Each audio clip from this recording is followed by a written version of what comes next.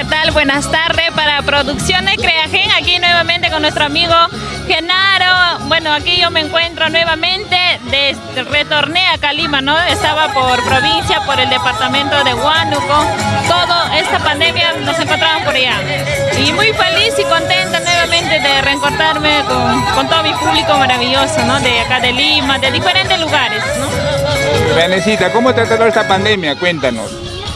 Bueno, a ver, un poquito difícil, la pandemia creo que nos ha chocado casi a todos, ¿no? Pero ahí tratando de superar poco a poco.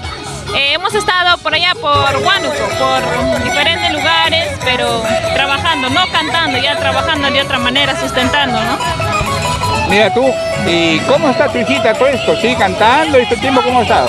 Ella sí sigue cantando, pero ahorita todavía un poquito ha dejado el canto porque está más en la clase